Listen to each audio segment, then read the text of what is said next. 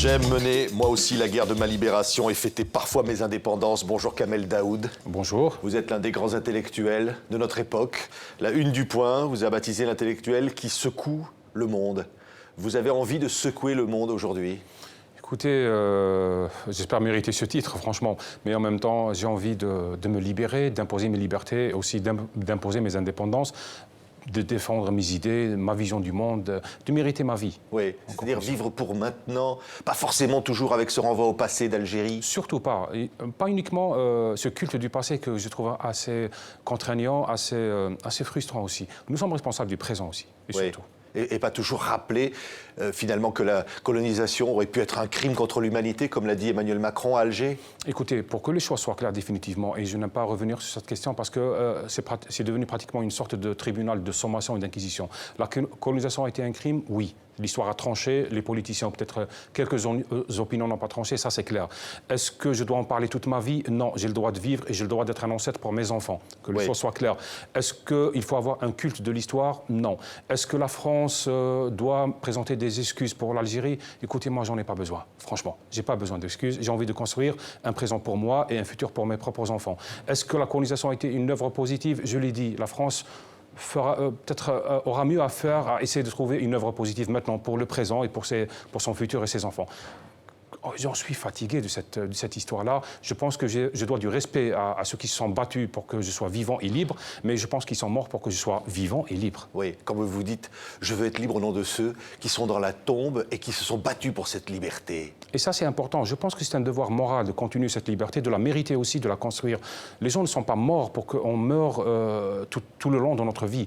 Les gens sont morts, ils ont sacrifié leur vie pour que nous soyons libres et vivants, et ça, c'est important. Mais il faut aussi qu'on mérite ce pays. Ce pays se construit sur le présent. En Algérie, je répète souvent que les racines, c'est beau, mais ce qui se mange, ce sont les récoltes. Oui, et la liberté a un prix, parfois cher à payer. Vous avez été menacé. Non, je n'aime pas cette mise en avant. Nous sommes tous menacés, que ce soit le bonhomme qui s'assoit en terrasse, que le touriste qui va quelque part au sud. Nous sommes tous menacés. Il ne s'agit pas de la mise en valeur de ma propre personne, c'est honteux quelque part quand je juge par rapport à une lycéenne de Boko Haram, kidnappée par Boko Haram, ou une jeune fille en Syrie ou d'autres. Il y a des militants qui ont beaucoup plus de courage physique que moi. Donc chacun à sa manière, chacun, c'est vraiment l'histoire de la petite fille aux allumettes, mais chacun allume son allumette de son côté. J'éprouve de l'allergie à incarner ce rôle un peu trop facile de l'intellectuel militant, dissident qui vient du Sud et qui serait menacé. Je n'aime pas ça. Je ne veux pas en faire le centre de ma vie. Je pense que c'est un accident.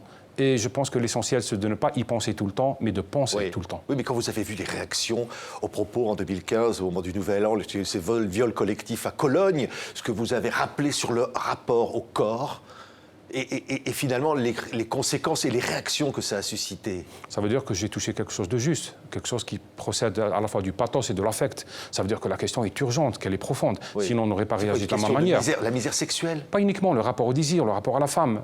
Je trouve quand même assez étonnant qu'on ait focalisé sur ce que j'ai dit pour le démentir ou l'appuyer ou le soutenir ou le rejeter, alors qu'il s'agissait d'avoir un effet de loupe sur la condition de la femme dans le monde dit arabe. Le plus important, ce n'est pas ce que Kamel Daoud dit ou écrit, c'est ce sur quoi il a écrit et à propos de quoi il a parlé. Le plus important, ce sont les femmes pour qui montrer ses cheveux ou porter une jupe ou affirmer une tenue ou avoir droit d'accès à l'espace public. C'est ça le plus important. Je ne suis pas important dans ça. Je trouve quand même hallucinant qu'on ait focalisé sur le formel, c'est-à-dire sur l'article, comme si j'avais tort, la femme se porte mieux dans le monde dit arabe. Eh bien non, elle ne se porte pas mieux, la femme dans le monde arabe.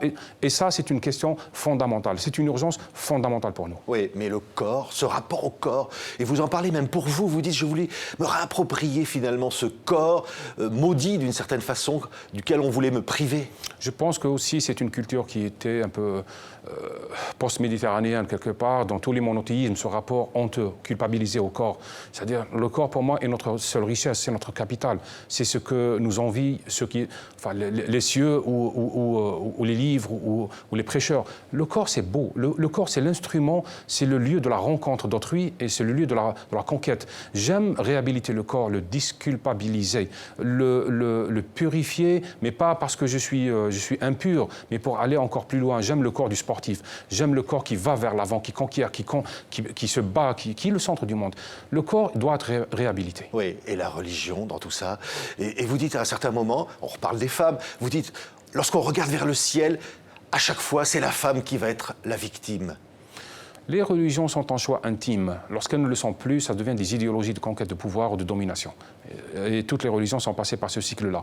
Maintenant, on parle d'islamistes, on parlait aussi d'intégristes catholiques il y a quelque temps ou avant, etc. Donc je pense que les livres sacrés sont à l'image de nous-mêmes. Ce sont nos inconscients. Ils sont terribles, ils sont menaçants, ils sont méchants, ils sont splendides, ils sont éclairés.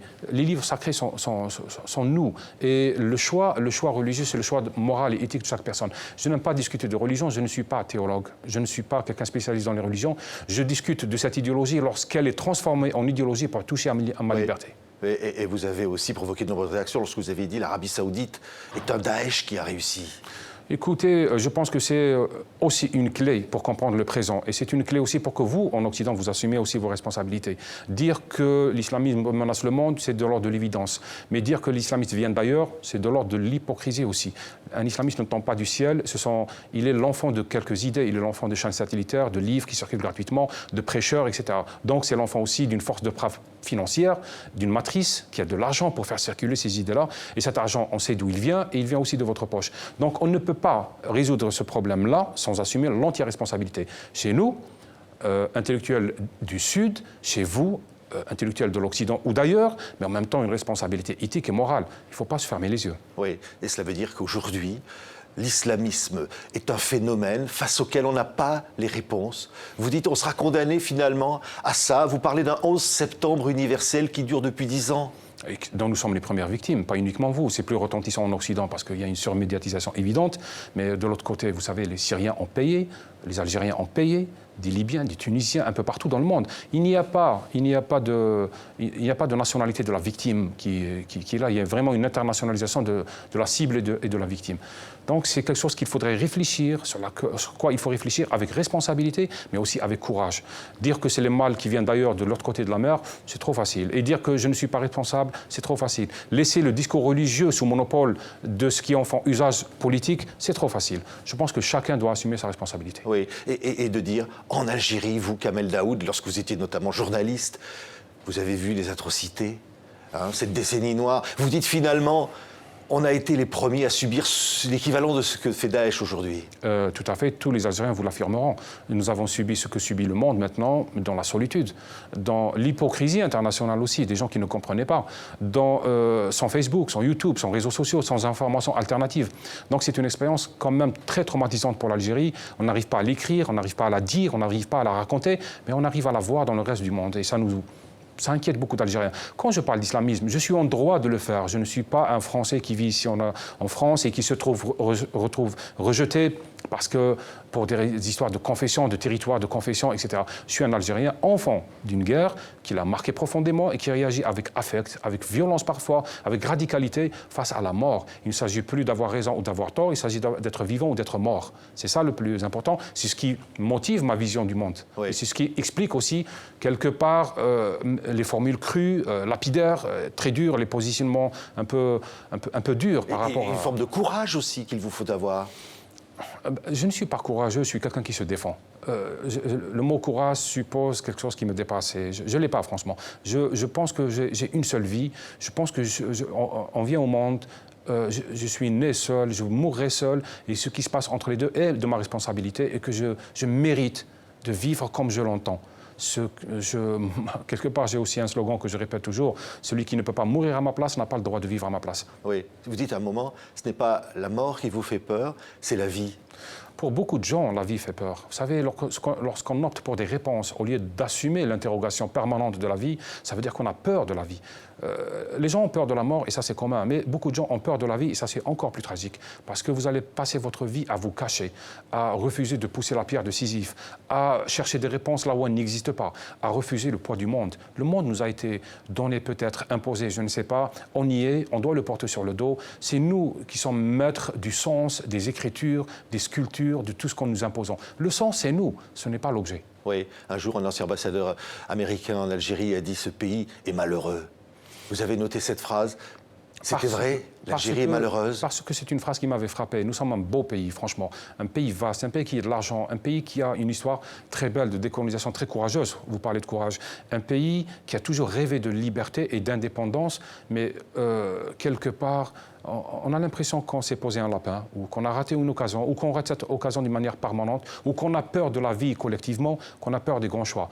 Nous manquons Nous avons attendu ce pays pendant des millénaires. Nous l'avons maintenant. Et j'ai l'impression qu'on ne sait pas quoi en faire, sauf le garder et s'y accrocher. Oui, vous dites « je n'accepte pas qu'on l'on pense à ma place ». Et vous aimeriez finalement que chaque citoyen se dise aujourd'hui « je veux penser, être libre ». Est-ce que c'est possible, Kamel Daoud ? Écoutez, tant que la vie n'est pas finie, tout est possible. Et puis même quand ce n'est pas possible, j'aimerais mener la bataille jusqu'au bout. Comme ça, si j'aurais tort vers la fin, pas au début. Et ça, c'est important. Il est possible de construire des raisons. Il est possible de construire des espérances et des espoirs pour eux. Et puis, il faut le faire. On a tous des enfants. Mais il ne faut pas qu'on meure dans la honte à la fin. Il faudrait qu'on mérite d'être des ancêtres. Il faudrait qu'on mérite d'avoir des enfants, des arrière-petits-enfants. Il faudrait qu'on témoigne de notre humanité, même là où elle est mise en cause. Ça se mérite une vie, vous savez. Il faut vraiment la mériter. Je le dis pour les Algériens, je le dis pour ma personne d'abord, je le dis pour vous aussi, Français, ici, occidentaux. Il ne s'agit pas d'une défaite. Si nous acceptons la défaite maintenant, on aura tout perdu. Merci beaucoup, Kamel Daoud. Ça s'appelle « Mes indépendances ». Ce sont vos chroniques publiées entre 2010 et 2016 chez Actes Sud. C'est un événement littéraire. On était ravis de vous recevoir aujourd'hui. Merci à vous.